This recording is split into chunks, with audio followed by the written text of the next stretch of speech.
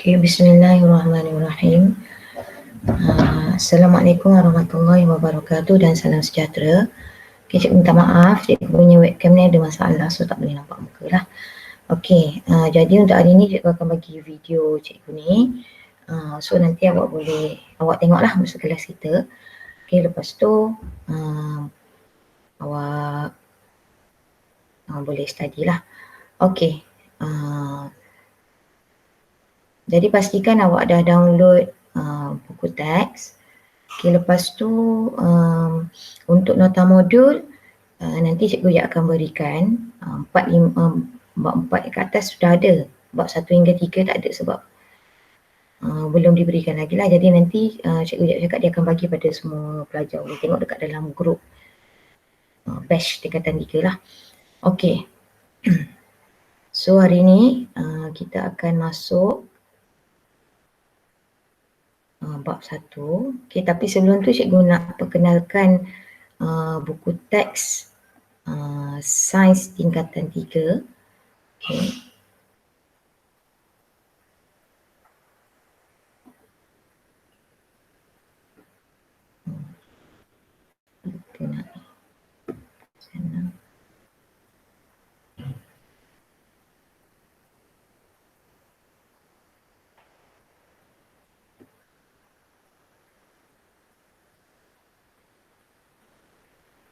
Okay, so ini adalah buku teks sains tingkatan 3.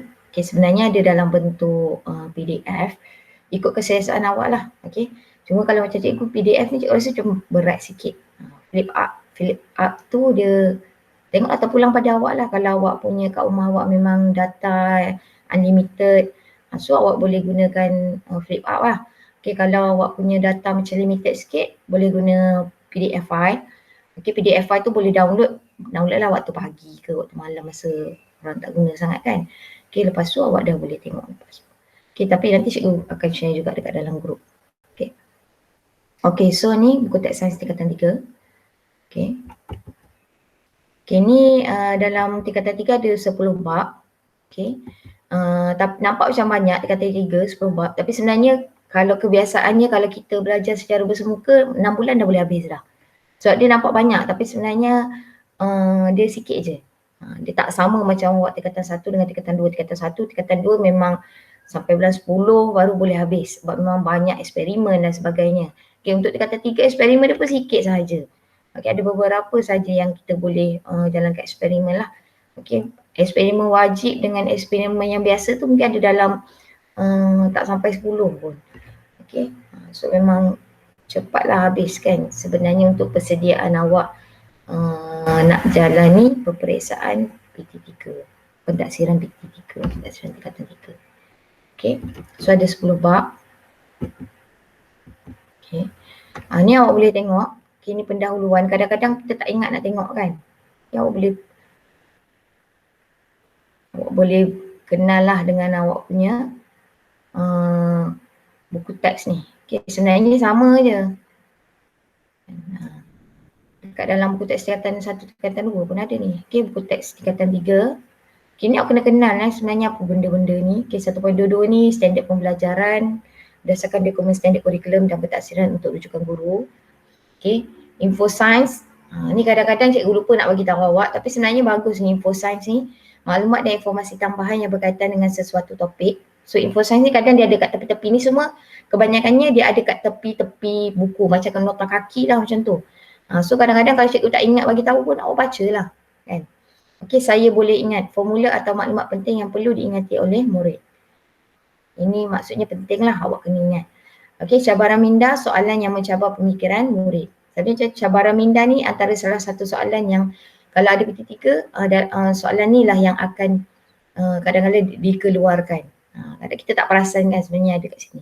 Okay, STEM, sains, teknologi, kejuruteraan dan matematik. Soalan dan maklumat tentang kemajuan sains, teknologi, kejuruteraan dan matematik. Sekarang kita nak terapkan STEM.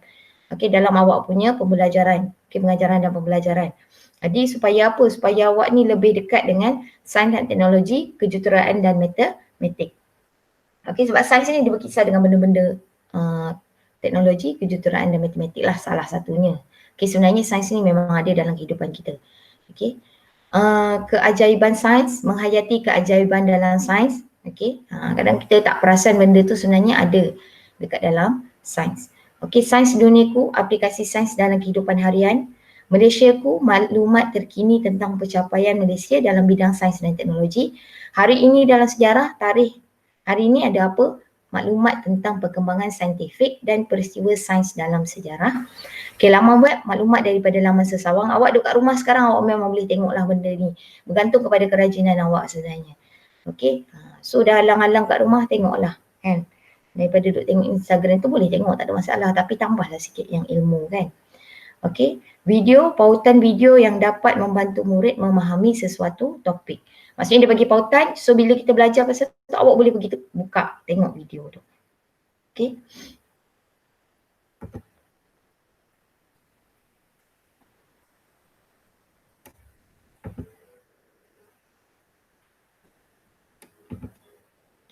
Okay, seterusnya. Okay, buku teks ni. Okay, kalau awak tengok imbas halaman ini, okay, sebenarnya buku teks ni disertakan dengan satu aplikasi mudah alih iaitu BT Sains Tingkatan 3. Aplikasi yang memakan bahan multimedia yang menarik dapat memantapkan proses pengajaran dan pembelajaran. Bahan multimedia seperti augmented reality, video, aktiviti interaktif dan animasi boleh diaktifkan melalui langkah yang berikut. Okay, so bila ada yang imbas halaman ni, sebenarnya dia ada beberapa perkara lah. Okay, salah satunya AR. AR ni apa? Augmented reality ni maksudnya awak boleh tengok tu macam nyata. Macam tu lah. Maksudnya kalau ada contoh ada dandang untuk ekstrak biji timah contohnya kan. Okay, so awak boleh tengok benda tu dia bergerak. Macam tu lah. Okay, macam mana proses tu berlaku. Okay, kalau video lah. Okay, aktiviti interaktif, awak boleh buat aktiviti. Okay, boleh buat quiz macam tu. Boleh tengok animasi. Jadi macam mana nak tengok, nak imbas halaman ni, apa yang awak perlu buat, awak perlu buat ikut ni.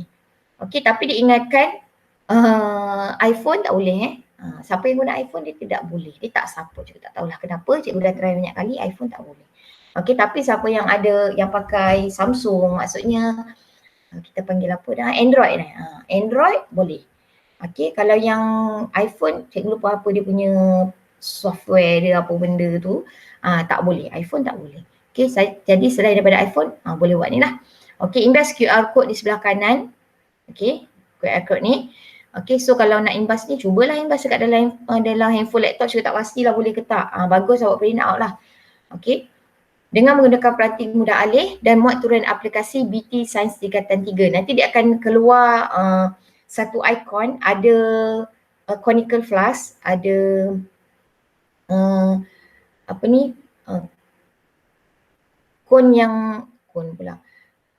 bika yang bentuk tiga segi. Conical flask apa yang bahasa Melayu, saya lupa lah.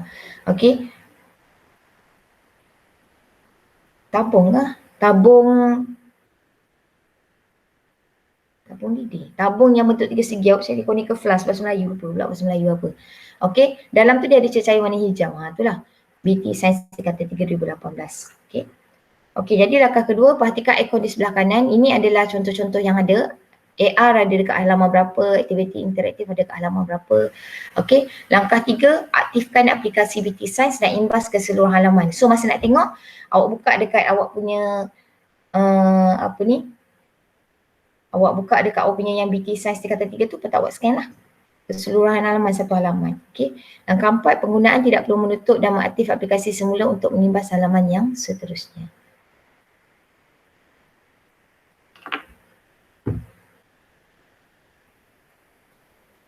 Okey. So kita masuk rangsangan dan gerak balas.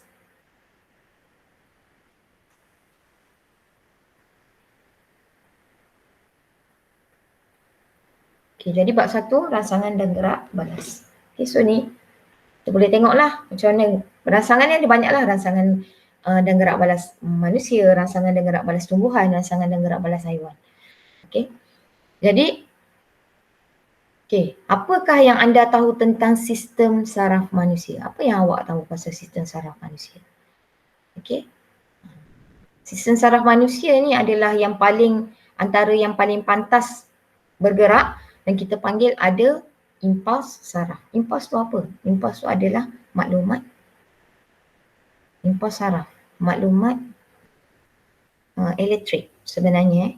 Maklumat tu dihantar dalam bentuk elektrik. Okey. Sebab lepas tu barulah otak awak ataupun awak punya saraf tunjang tafsirkan apa yang perlu dilakukan. Okey. Bagaimanakah rangsangan dihubung kait dengan gerak balas dalam manusia? Apa kepentingan rangsangan ni yang akan menentukan macam mana gerak balas kita. Okey. Bagaimanakah rangsangan dihubung kaitkan dengan gerak balas dalam tumbuhan? Dan apakah kepentingan gerak balas terhadap rangsangan dalam haiwan? Okey, so ini sebenarnya marilah kita mengkaji ni satu topik dia lah. Okey, marilah kita mengkaji sistem saraf manusia, rangsangan dan gerak balas dalam manusia, rangsangan dan gerak balas dalam tumbuhan, kepentingan gerak balas terhadap rangsangan dalam haiwan lain.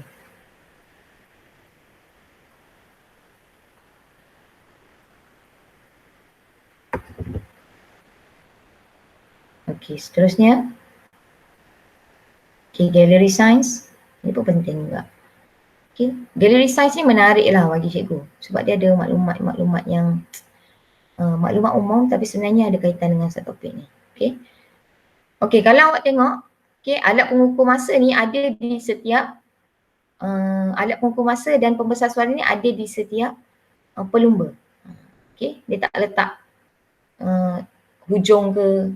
Ada seorang kan yang kalau dekat sekolah ada seorang yang tekan kan. Tapi kalau yang atlet Olimpik dan sebagainya, dia ada di setiap pelumba. Okay. Acara larian pecut dalam pertandingan sukan antarabangsa seperti sukan Olimpik menggunakan alat pembesar suara dan alat pengukur masa seperti yang ditunjukkan. Setiap seorang ada satu. Alat pengukur masa ini mengukur sela masa antara bunyi daripada pembesar suara dengan tindakan daya tolakan pertama yang dikenakan oleh kaki pelari terhadap alat ini. Sela masa inilah dikenali sebagai masa gerak balas. Dalam acara larian pecut 100 meter di Sukan Olimpik 2016, masa gerak balas bagi pemenang pingat emas Usain Bolt ialah 0.155 saat. Sekiranya masa bergerak balas seorang pelari yang diukur adalah kurang daripada 0.1 saat, pelari itu akan dibatalkan kelayakan untuk bertanding. Mengapa? Mengapa kalau kurang daripada 0.1 saat pelari itu dikira batal? Sebab maksudnya pelari ni dia bergerak lebih cepat daripada bunyi tu. Maksudnya dia bergerak awal lah. Dia berlepas awal. Okey, jadi kita tak naklah berlepas awal, tak aci kan. Okey. Jadi pembesar suara ni supaya setiap seorang tu dia bergerak selepas bunyi horn tu, bunyi mek. Okey, baru bergerak. Okey, so mesti lebih daripada 0.1 saat.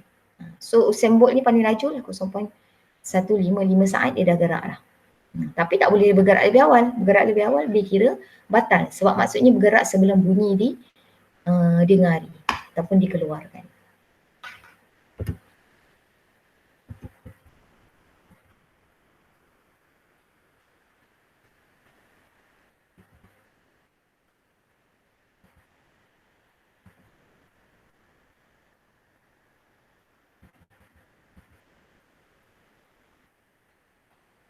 Okey, 1.1 sistem saraf manusia. Okey, sistem saraf manusia merupakan sistem kawalan yang penting dalam koordinasi badan. Koordinasi ni apa? Kita macam nak gerakkan badan kita ke dan sebagainya. Okey, selain penglihatan, okey, pemikiran dan pergerakan badan, sistem saraf manusia juga mengawal dan menyelaraskan fungsi organ dalam badan dan mengekalkan keseimbangan persekitaran dalam melalui suatu proses. So apakah proses tu? Okay. Sebab sistem saraf kita ni ada buat dua perkara. Perkara yang kita memang sedar dan yang kedua perkara yang kita tak sedar. Maksudnya kita tak suruh pun otak kita memang dah sentiasa pastikan perkara itu berjalan, dilakukan. Okay. So yang pertama, contoh dalam permainan badminton. Okay, yang pertama gerakan bulu tangkis bertindak sebagai rangsangan yang dikesan oleh mata. Mata nampak. Okay, mata nampak bulu tangkis. Jadi bulu tangkis ni rangsangan lah. Rangsangan apa sebenarnya? Rangsangan cahaya lah sebab kita boleh nampak bulu tangkis. Okay. Jadi impuls dicetus dan dihantar ke otak. Okay. Jadi yang kedua, otak pemain mentafsir impuls yang dinampak bulu tangkis tadi, lalu menganggar kelajuan bulu tangkis dan menentukan arah serta corak gerakan badan yang diperlukan. Okey, yang ketiga, otak kemudiannya menghantar impas ke otot tangan dan kaki untuk bergerak balas, sambut dan pukul bulu tangkis itu. Okey, jadi benda ni berlaku dengan sangat pantas. Dan gerak balas ni dia bergantung kepada seseorang tu lah. Kalau awak perasan selalunya atlet ni digerak balas dia lebih pantas lah daripada orang biasa, orang yang bukan atlet. Contoh lah kan. Okey, kalau ada bola, kita lalu dekat tepi padang bola sepak, ada orang tengah main bola sepak. Okey, kalau bola tu sampai dekat kita, kalau kita ni sejenis yang seorang yang cepat bergerak balas, mungkin kita akan pukul bola tu semula atau kita akan lari terus. Kalau orang yang gerak balas dia lambat, dia nampak bola tu tapi masih lagi kena kepala ke kaki, maksudnya jenis gerak balas yang lambat. So gerak balas ni bergantung kepada individu. Okey. Jadi proses untuk bergerak balas. Okey. Okey, seterusnya, struktur sistem saraf manusia. So ni awak kena tahulah. Okey, kena kenal pasti. Kenapa cikgu sebut kenal pasti? Kenal tu awak tengok awak dah tahu dah. Macam awak kenal kawan awak. Awak hafal mula-mula je. Nama kawan awak kan. Nama kau apa? Nama kau apa? Atau hafal mula-mula. Dah kenal awak tengok awak dah tahu, terus boleh panggil dah. Amir. Amir, mai sini. Ada tak awak hafal? Tak ada. So kenal pasti tu adalah awak tengok pun awak tahu dah benda tu apa. So awak kena kenal pasti struktur sistem saraf manusia. Okey. Okey. Struktur sistem saraf manusia ni terbahagi kepada dua. Okey, yang pertama adalah sistem saraf pusat. Okey. Sistem saraf pusat ni ada dua, iaitu otak dengan saraf tunjang. Yang pusat ni yang utamalah. Yang boleh mentafsir. Okey, yang dihantar ke otak dengan saraf tunjang. Okey, sistem saraf pusat ada dua, otak dengan saraf tunjang dekat dalam tulang belakang awak tu. Okey, yang kedua sistem saraf periferi, iaitu saraf kranium dengan saraf spina. Sebenarnya saraf kranium ni bersangkut paut dengan otak, saraf spina ni bersangkut paut dengan saraf tunjang. Ni boleh imbas halaman ni. Okey, so kena download lah. Awak dah duduk kat rumah dah pakai handphone kan? So download lah siapa yang pakai handphone Android. Okey, sistem saraf periferi terdiri daripada 12 pasang saraf kranium yang menghubungkan otak dengan organ deria dan organ dalaman. Sistem saraf kranium ada 12. Okey, sistem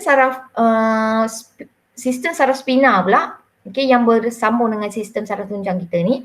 Ada 31 pasang saraf spina yang menghubungkan saraf tunjang dengan otot rangka badan kita. Saraf spina ni yang dalam tangan kita, kaki kita. Macam itulah. Saraf kranium ni dia banyak, dia ada 12 pasang ni, sebenarnya dia bersambung dengan lebih kepada organ-organ badan kita. Organ-organ badan kita dengan kita punya dengan dengan tangan kaki kita pun ia juga. Nanti awak tengok lagi lah. Ini kena pasti je. Tak adalah awak nak kena tahu yang mana satu yang menggerakkan tangan, yang mana, tak perlulah. So, cuma kena kenal je. Sistem saraf pusat ada dua, otak dengan saraf tunjang. Sistem saraf periferi terbahagi kepada dua, saraf kranium ada 12 pasang menghubungkan dengan organ deria dan organ dalaman. Saraf kranium lebih kepada organ lah. Saraf spina 31 pasang bergabung dengan saraf tunjang dan otot rangka.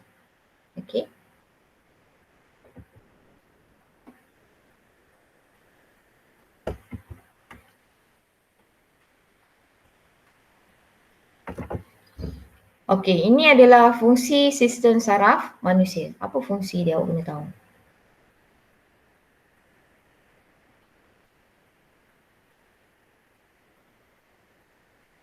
Fungsi sistem saraf manusia yang pertama, dia ada dua, peranan dengan fungsi.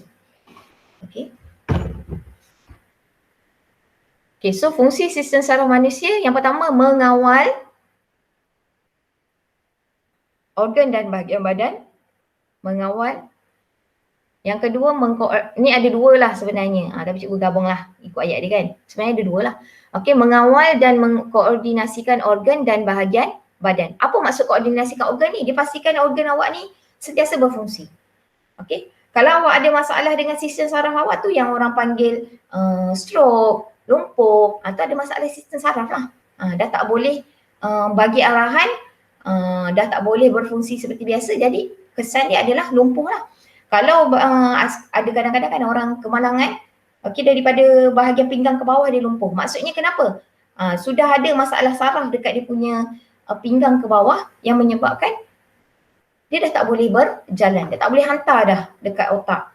Okey, nak berjalan, nak bergerak kan. Kalau orang letak orang letak air panas dekat kaki, curah dekat kaki pun dia takkan larikan kaki, takkan jauhkan kaki dia. Sebab apa? Sebab dah tak ada rasa, sistem saraf dah ada masalah. Tapi boleh melecur tak? Boleh. Boleh melecur tapi tak rasa sakit lah. Kan? Sebab ada masalah sistem saraf. Okey, kadang orang kencing manis, ada masalah sistem saraf, selalu kebas. Kan bila kebas kita tak rasa apa-apa lah. Kan macam kita ada masa kita kebas kan. Okey, ada orang dia memang sentiasa kebas sepanjang masa. Sebab apa? Sistem saraf dia sudah ada masalah. Okey, jadi ini sistem saraf. Fungsi dia mengawal dan mengkoordinasi organ dan bahagian badan. Okey, untuk apa? Yang pertama, mengesan rangsangan. Okey, sistem saraf manusia ni akan kesan rangsangan, akan hantar maklumat dalam bentuk impuls, akan mendeteksi impuls dan menghasilkan gerak balas. Ini sebenarnya dia punya carta alih dia lah. Okey, macam mana sistem saraf berfungsi. Okey. Gambar foto 1.1, 1.2 dan 1.3 menunjukkan contoh aktiviti harian yang melibatkan pengesanan rangsangan dan menghasilkan gerak balas terhadap rangsangan yang dikesan. Okey, nyatakan rangsangan dan gerak balas dalam setiap contoh aktiviti harian tersebut. Contoh mengutip sampah. Ni rangsangan, tindak balas, gerak balas terkawal. Awak nak kutip sampah tu, sebab tahu dapat kutip sampah tu. Awak buat beberapa pergerakan, otak arahkan buat beberapa pergerakan untuk kutip sampah. Jadi mengutip sampah adalah gerak balas terkawal. Okey, tindak balas terkawal. Okey. Gambar foto 1.2, bersin. Awak boleh kawal tak? Tak. Awak tak boleh kawal. Apabila awak bersin, kenapa awak bersin? Biasanya awak kesan habuk. Okey, biasa ada habuk ke, ada apa-apalah yang tidak yang menyebabkan rangsangan tu menyebabkan awak bersin. Selalunya habuk lah. Sebab apa habuk awak bersin? Okey, sebab habuk ni biasanya dalam habuk dia bawa bakteria. Jadi badan awak dia tak nak habuk bakteria tu masuk dalam hidung awak. Okey, nanti mengakibatkan penyakit. Okey, boleh merosakkan awak punya reseptor. Jadi kita bersin. Dan awak perasan masa kita bersin, kita akan tutup mata. Kenapa kita tutup mata? Kalau tak tutup mata, mata awak tu mungkin boleh tersembul keluar. Okey, jadi secara automatik mata awak akan tutup. Awak tak akan buka mata awak tu. Itu memang tindak balas luar kawalan. Okey, tindak balas, gerak balas luar kawalan kita. Okey, cikgu ada terbaca, kalau kita tahan bersin, bahaya sebenarnya. Terutama orang yang ada penyakit lah. Okey, kalau tahan bersin sebenarnya boleh membahayakan badan kita. Tapi setakat ni kalau cikgu tahan bersin sikit-sikit tu boleh je tahan kan. Tapi kalau ikutkan sebenarnya berbahaya. Boleh mengakibatkan apa yang cikgu baca hari tu, macam dia lebih kepada jantung lah. Dia akan ganggu kita punya jantung tu. Dia macam boleh terberhenti lah macam tu. Okay. Nanti boleh carilah. Okay, melayari internet. So ini adalah tindak balas terkawal. Awak nak tengok internet tu, awak tengok komputer tu. Barulah awak tengok. Okay. So itu tindak balas terkawal. Okay, kita tengok pula. Kita tengok tindakan terkawal dan tindakan luar kawal. Tadi cikgu cakap kan. Okay, contohnya. Okay, gerak balas badan manusia ni terhadap rangsangan boleh dibahagikan kepada dua, iaitu tindakan terkawal dan tindakan luar kawal. Okay, kita lihat contoh. Membaca buku. Membaca buku ni apa? Okay, tindakan terkawal lah. Awak nak baca buku. Awak nak buat, awak memang nak buat tu. So itu adalah tindakan terkawal. Otak awak bagi arahan. Okay, menarik tangan daripada objek panas. Awak terpegang, awak lepaskan. Awak larikan, awak jauhkan tangan awak. Awak tarik tangan awak daripada objek yang panas tu. Ini adalah tindakan luar kawal. Ini yang saraf tunjang kawal. Okey, maksudnya tangan awak akan hantar kepada saraf tunjang panas. So terus jauhkan tangan. Okey. Kadang awak terpijak, kadang-kadang kan macam perempuan ada pin jatuh dekat lantai. Lepas tu awak terpijak pin tu. Selalunya jarang berdarah kaki kita. Kita akan rasa sakit je. Sebab apa? Kita punya saraf tunjang. Okey, saraf tunjang tadi dia akan bagi cepat, oh ada benda tajam. So cepat-cepat angkat kaki awak, jauhkan kaki awak. Jadi tak sempat luka, sempat rasa tajam je.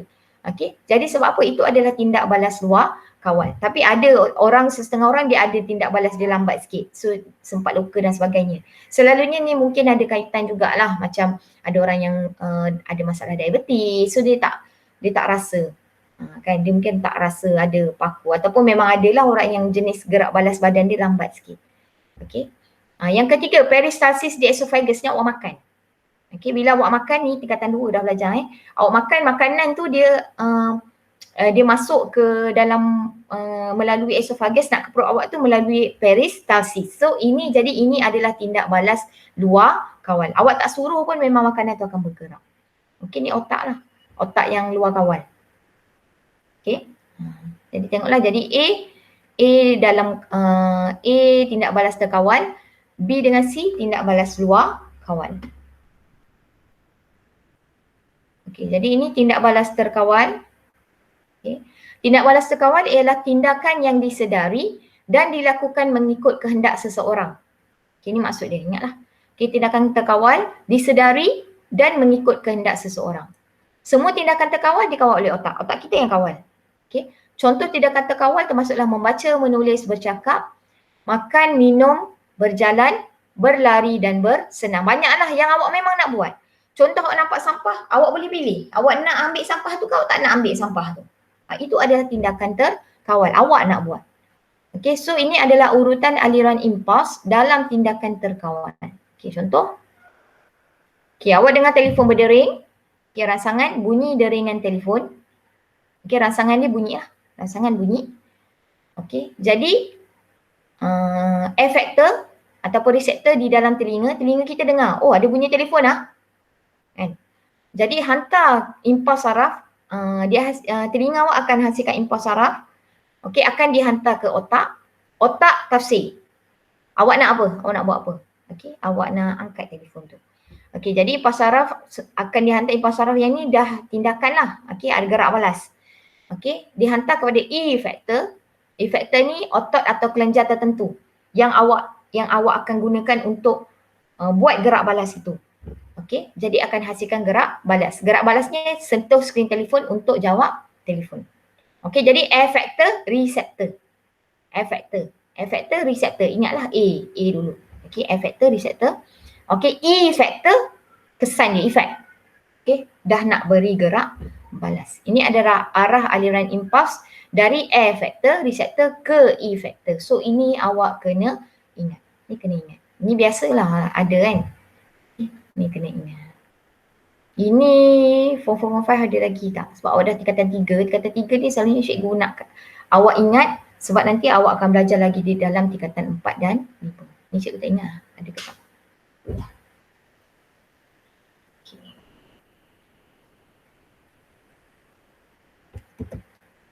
Okey, ini awak boleh buat sendiri kat rumah, tapi pastikan ada orang bantu awak. Awak tak boleh buat sendiri. Awak kena ada orang lain yang lepaskan pembaris ni. Okay, so boleh buat sendirilah, pakai pembaris panjang lagi bagus. Okey.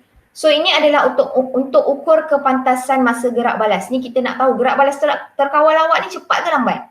Jadi kena ada adik awak ke abang awak ke yang tolong lepaskan. Okey.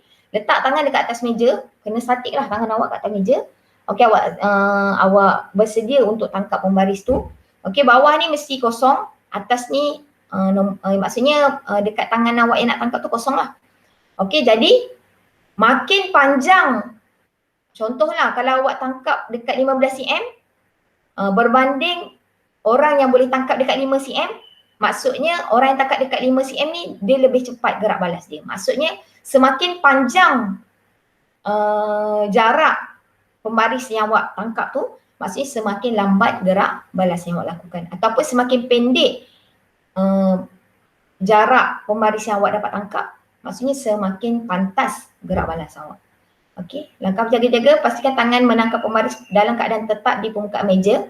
Berhati-hati semasa melepaskan pembaris daripada tangan atau menangkapnya. Mesti orang yang berbeza. Kenapa tak boleh orang yang sama? Sebab otak awak dia boleh tahu bila awak nak lepaskan walaupun awak tak ada bagi tahu. Otak kita ni sangat cerdik Allah cipta otak kita. Okey, jadi ikutlah arahan ni. Okey.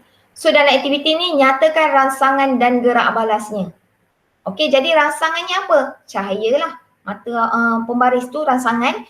Tapi sebenarnya rangsangan yang sebenarnya adalah apa? Cahaya, sebab awak nampak pembaris tu dilepaskan bila. Okey.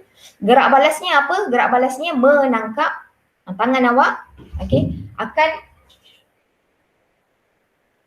tangan awak akan menangkap pembaris. Okey. Seberapa pantas tangan awak akan menangkap pembaris ataupun jarak jarak X yang dilalui oleh pembaris. Okey. Ataupun kita tengok betul lah. Okey, gerak balasnya adalah jarak yang dilalui oleh pembaris. 5 cm ke 15 cm ke, tengoklah dekat tangan awak tangkap tu. Okey, itu adalah ukuran masa tindak balas kita. Kita tak ukur masa dalam saat, kita ukur masa dalam berapa sentimeter yang awak dapat tangkap. Okey. Ulang aktiviti sebanyak 4 kali, kemudian hitung purata jarak X purata. Okey. Jadi apa rangsangan dia? Rangsangan dia kalau ikutkan cahaya lah. Okey, kalau cikgu cahaya lah. Okey. Gerak balasnya jarak yang dilalui oleh pembaris. So tindakan terkawal atau luar kawal? Terkawal. Kenapa? Sebab kita boleh pilih. Okey, kita yang memilih untuk menangkap pembaris tu. Ataupun awak bagi balik maksud yang tadilah. Okey. Tadi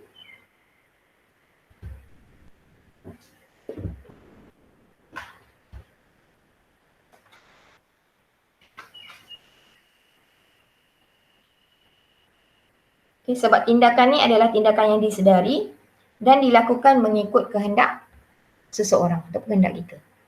Okey, mengapakah jarak yang dilalui oleh pembaris tersebut boleh dianggap sebagai masa tindak balas? Okey, kerana semakin pendek jarak pembaris itu bererti semakin cepat tindak balas. Sebab tu kita boleh anggap dia masa. Okey, semakin pendek jarak yang dilalui oleh pembaris, jarak X yang dilalui oleh pembaris, semakin pantas ataupun semakin cepat tindak balas. Okay, terangkan perbezaan masa tindak balas antara murid dalam kelas. Ni awak boleh cuba buatlah dengan adik awak ke dengan kakak awak ke. So, siapa yang lebih pendek, dia yang lebih cepat. Okay. So, terangkan perbezaan. Jadi, ada terdapat kena bagilah contoh kan. Abang menangkap pembaris dengan lebih cepat berbanding adik. Macam itulah. Okey. Ataupun setiap tindak balas murid di dalam kelas adalah berbeza. Okey, terdapat murid yang lebih cepat tindak balasnya berbanding yang lain. Apakah kepentingan masa tindak balas dalam kehidupan harian? Okey, jadi lebih cepat, apakah kepentingan masa tindak balas? Okey, masa tindak balas yang cepat adalah penting untuk memastikan seseorang individu dapat menjauhi bahaya. Kan? Okay. Sebenarnya lebih kepada kita nak jauhkan diri kita daripada bahaya lah. Okay, contoh orang yang memandu kenderaan, orang yang melintas jalan. Okay, so kalau nampak bahaya boleh cepat-cepat mengelak contohnya. Okay, jadi apakah kepentingan dia? Untuk mengelak, untuk supaya kita tindak balas yang cepat itu dapat mengelakkan kita daripada bahaya. Okay. Jadi masa tindak balas murid adalah berbeza-beza. Terdapat masa tindak balas murid yang cepat berbanding murid yang lain. Okay.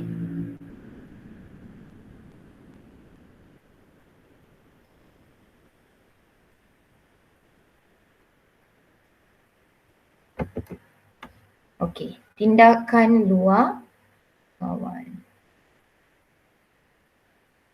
Okey. Tindakan luar kawal itu adalah tindakan yang berlaku secara serta-merta tanpa disedari atau difikirkan terlebih dahulu. Ni maksud dia, tanpa disedari, tindakan yang berlaku tanpa disedari atau difikirkan terlebih dahulu. Kita tak fikir pun kita nak buat. Memang badan kita akan buat. Okey. So tindakan luar kawal ni terbahagi kepada dua kumpulan. Okey, tindakan luar kawal yang pertama melibatkan medula oblongata kat sini. Okey, dekat belakang otak kita. Okey, dia ada satu bahagian kecil dekat belakang otak kita iaitu medula oblongata. Okey, yang kedua melibatkan saraf tunjang. Melibatkan saraf tunjang ni kita panggil, ada nama dia satu lagi, tindakan refleks kita panggil. Okey. So yang melibatkan medula oblongata ni kebanyakan proses yang berlaku dalam badan kita lah. Contohnya denyutan jantung, pernafasan, peristalsis, rembesan air liur, bersin, batuk. Itu adalah tindakan luar kawal yang dikawal oleh otak kita, iaitu medula oblongata. Bahagian otak tu medula oblongata yang kawal. Okey. Kalau yang melibatkan saraf tunjang ataupun kita panggil tindakan refleks, menarik tangan apabila tersentuh benda panas, menarik kaki apabila terpijak benda tajam. Oh, silap lah pula cikgu buat. Okey, bersin apabila habuk masuk ke dalam hidung, tindakan refleks. Bersin apabila masuk ke dalam hidung ataupun batuk, okey, tindakan refleks. Okey, sorry, tersilap tadi. Okey, yang medula oblongata ni yang proses badan kita. Okey, apa lagi yang contoh darah sentiasa mengalir. Okey.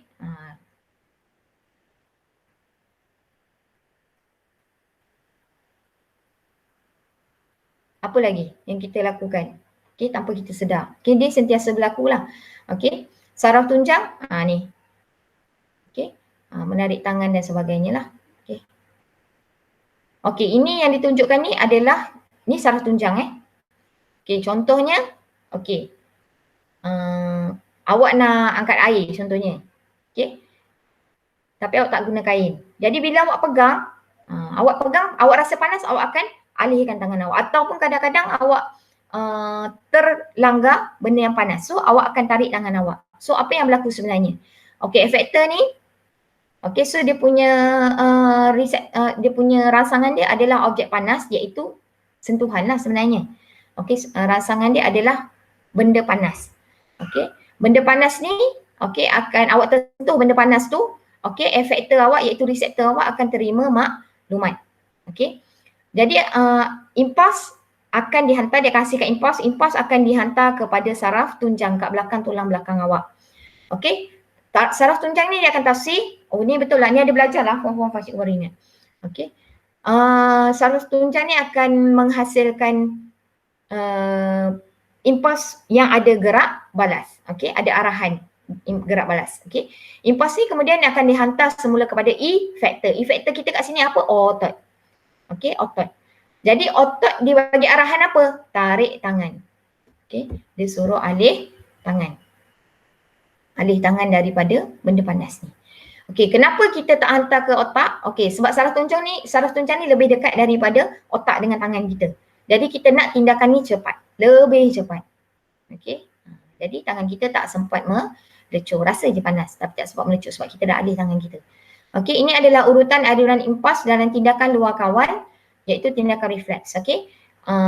Rangsangan objek panas, okey, masuk kepada efektor, efektor akan hasilkan impuls dihantar kepada saraf tunjang. Saraf tunjang akan hasilkan impuls yang ada gerak balas, akan dihantar kepada efektor iaitu otot. Jadi otot akan hasilkan gerak balas iaitu menjauhkan tangan daripada objek panas.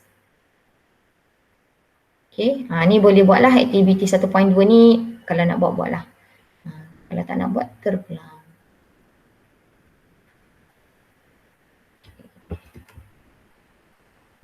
Okey, ini boleh buat tapi cikgu tak galakkan lah sebab kadang awak buat cara yang salah. Tapi boleh ikut betul-betul dekat arahan dia. Okey, boleh buat kat rumah juga sebenarnya.